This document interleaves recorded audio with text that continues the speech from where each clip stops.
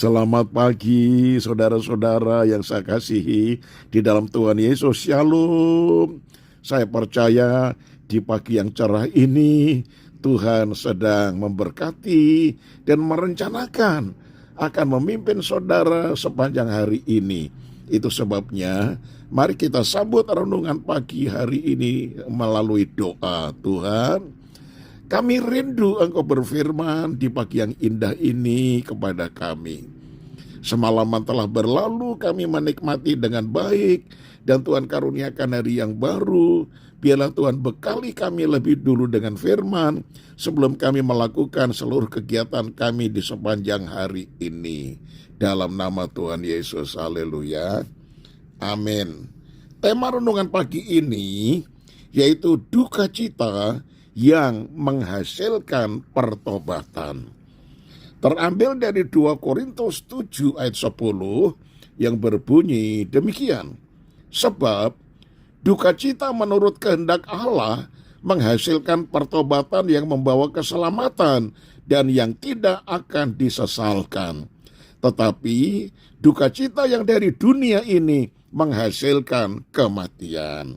Nah saudara, perjalanan hidup kita adalah seperti sebuah proses.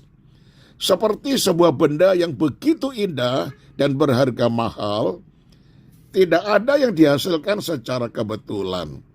Semuanya dihasilkan melalui suatu proses yang tidak mudah.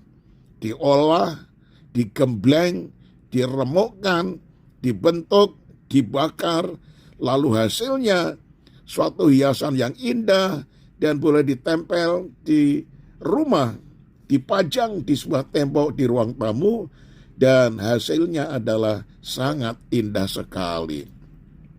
Begitu pula kita yang harus melewati berbagai tekanan, kesulitan, masalah, penderitaan, termasuk sakit penyakit, yang kesemuanya itu membawa kita kepada duka cita dan penderitaan.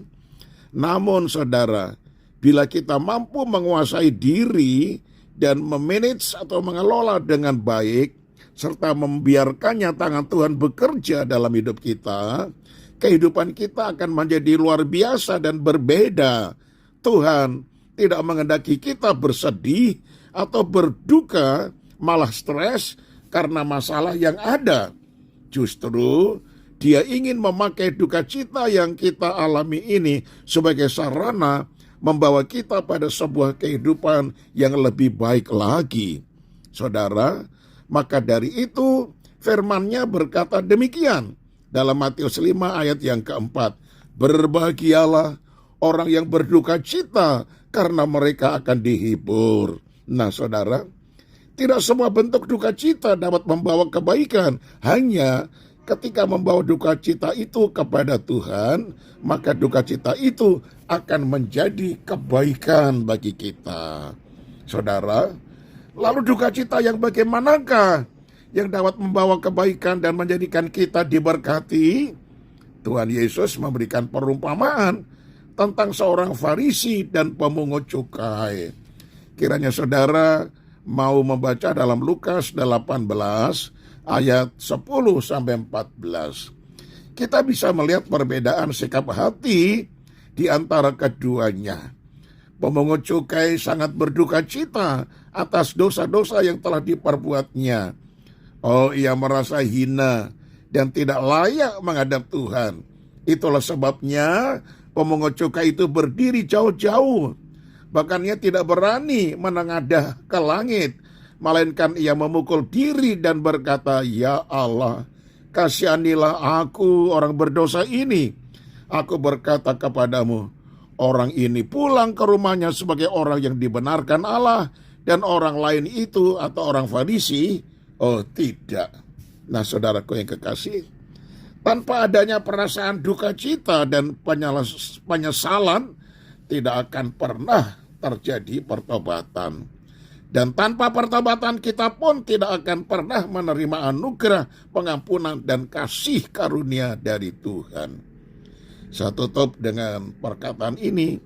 Pemungut cukai disebut sebagai orang yang berbahagia karena duka citanya atas dosa-dosanya yang kemudian diakui lalu membawanya kepada Tuhan dan dia mengalami pengampunan dan pembenaran oleh Tuhan.